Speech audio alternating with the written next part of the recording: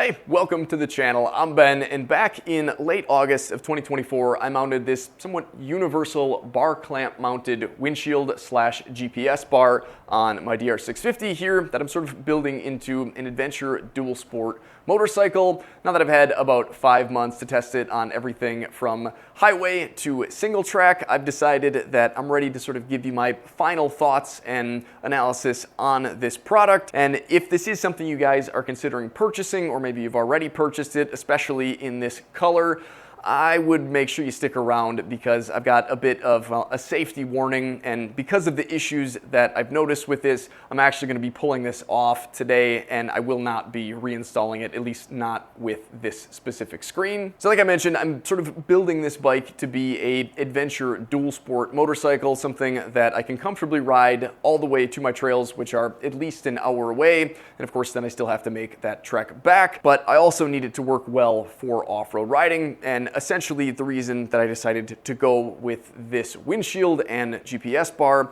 is I wanted something that would provide me with a bit of wind protection and also give me a place to mount my navigation unit.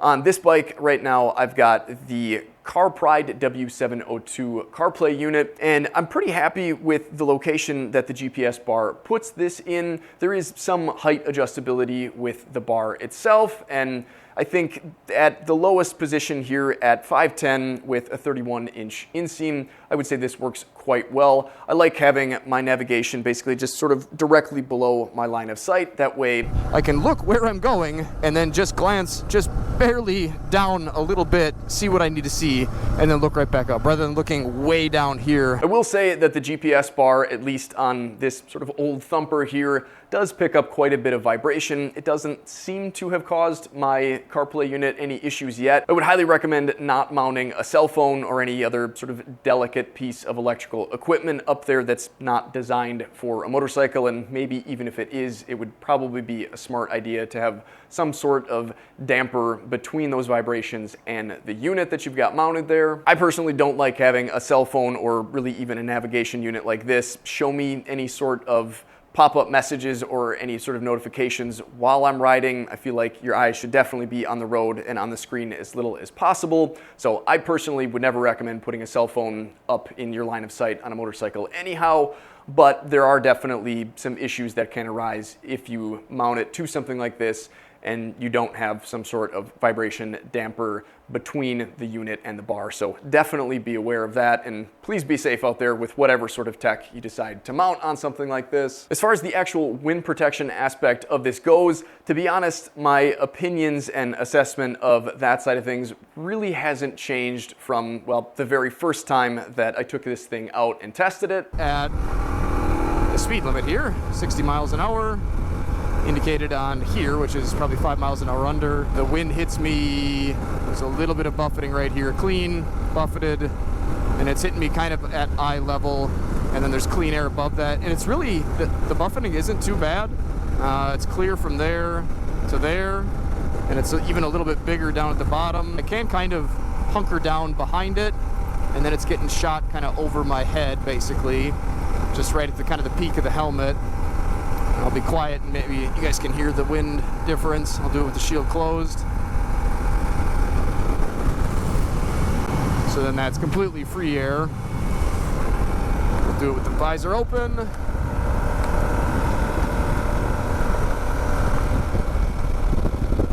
So that's about where I want to ride, which I anticipate is probably pretty annoying for you guys. That's pretty much straight back, which is probably even worse.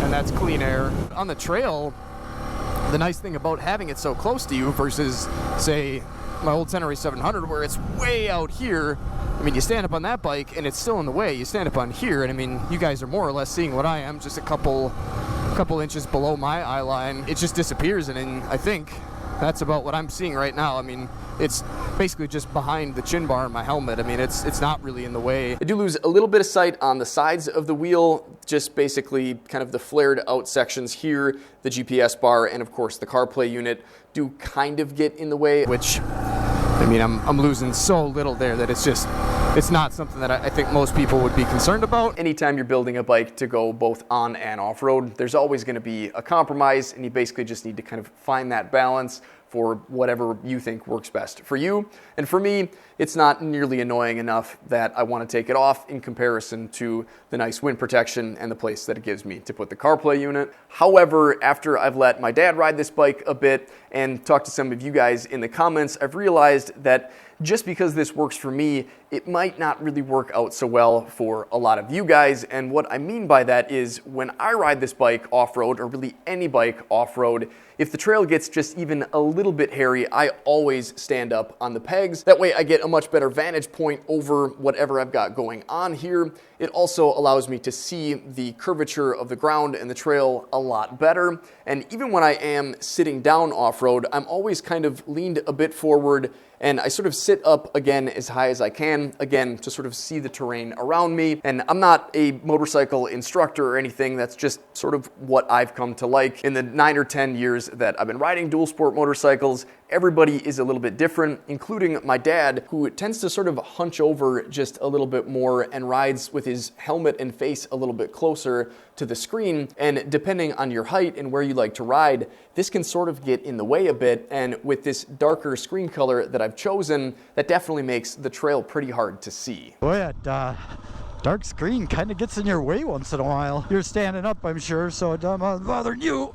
Even if the screen is clear, I always prefer to look directly over the screen rather than through it, because you always have some amount of reflection, and just due to the sort of curved nature of most windshields, there's always some amount of distortion. And like I said, with my inseam and my height, this really works totally fine for that. I really never find myself needing to look through it, but if you are somebody that thinks of a windshield as something that you would like to be able to look through, I mean, this definitely would be possible, but of course, with this super dark color and even maybe the mid smoke that they offer this in, I have to say it's probably not something that is, well, safe at all. Now, of course, being able to clearly see the road and any obstacles in your way is the most important thing. I think it is probably also worth mentioning that this could possibly get you a ticket depending on where you are and what police officer pulls you over. I did a little bit of research and did find some people complaining that a darkened windshield got them a ticket, and there aren't any specific laws in Wisconsin that say you can't have a dark windshield on a motorcycle.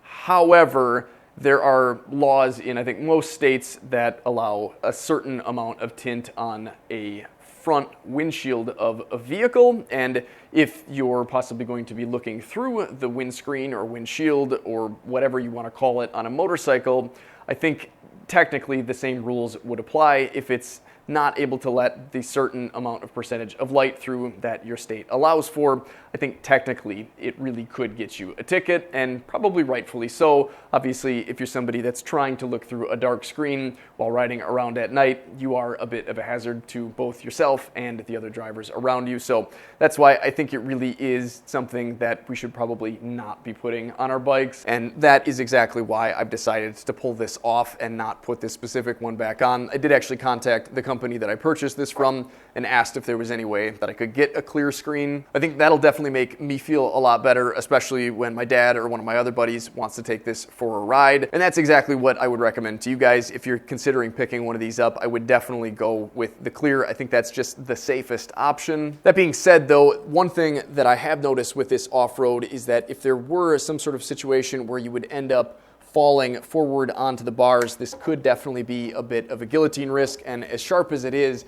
it definitely could cause you some issues and possibly some damage. You're always supposed to be riding with some sort of eye protection, and with a visor down on a helmet, I think that could definitely help, but especially if you're somebody that likes to ride with goggles or just safety glasses, I think this definitely is something that you should be very aware of if you're gonna ride off-road with. But really the same could be said about just about any wind protection that's offered out there. There's obviously just inherent danger anytime you hop on a motorcycle, but also some added danger when you're riding off-road with something like this right out in front of you. The other thing that I've noticed, and this may be my error, but we've got some light cracking going on up at the top right here. There's a bit more here, some sort of smaller cracks, and a few, I believe, on the opposite side here too. And they do come with this little sort of rubbery grommet or washer that I've got stuck between the, I guess, backside of the shield and the little brackets that these get mounted to. And I think that's supposed to help. And I tried to put these in, well, just barely past snug. And I did stick some Loctite on them to hopefully just help keep them in place. And I've never had a problem with them rattling loose.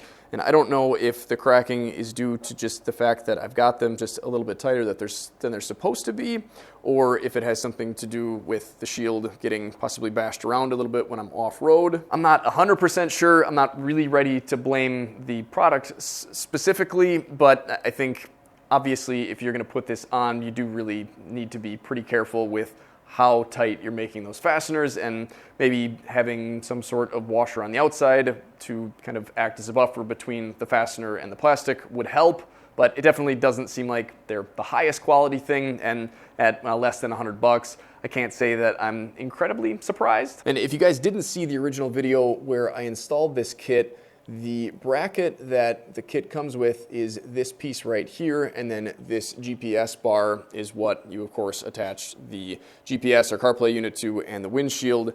But with my bike here and my build, I've got a 1 1/8 fat bar on here, and even though I originally ordered a kit that was supposed to come with some clamps that I could have just mounted, or was supposed to be able to mount just to the top side, they accidentally sent me a 7/8 kit. And I did actually message them, and they sent me the correct set. I'm thinking the next time that I go to install this on here again, if I can get a hold of a clear, much safer windscreen, what I will do is reorient my ROX risers here so they get mounted to the stock clamps, and then this will look a little bit more natural, and then I'll just use my 1 1/8 clamp that will go again on the top here. The way that I have this did seem to work, but it's not something that I would recommend. One of the coolest parts about this kit though is how fast you can transform your Adventure Dual Sport motorcycle here.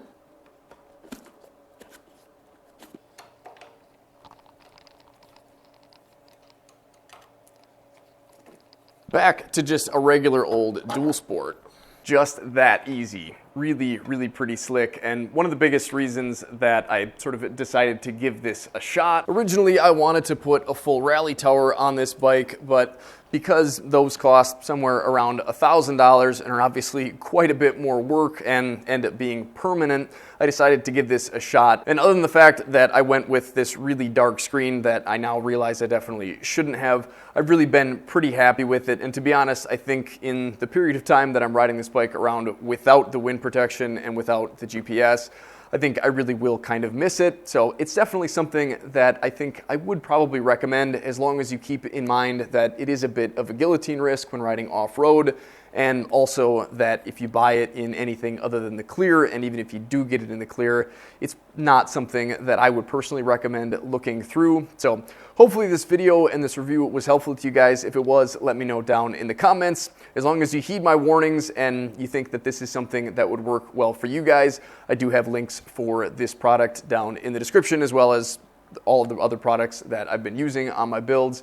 They'll be down in a pinned comment as well. Those are affiliate links, so they don't cost you guys anything extra, but they help me to continue making videos like this for you guys and help me to continue testing products. So thanks for watching, guys. Take care, stay safe, stay swanky, get out, enjoy this beautiful world any chance you get. Just make sure you do it safely. Motorcycling on its own is incredibly dangerous, so I think it's important to keep the mods that we're putting on our bikes as safe as possible. So stay safe out there, and we'll catch you on the next one.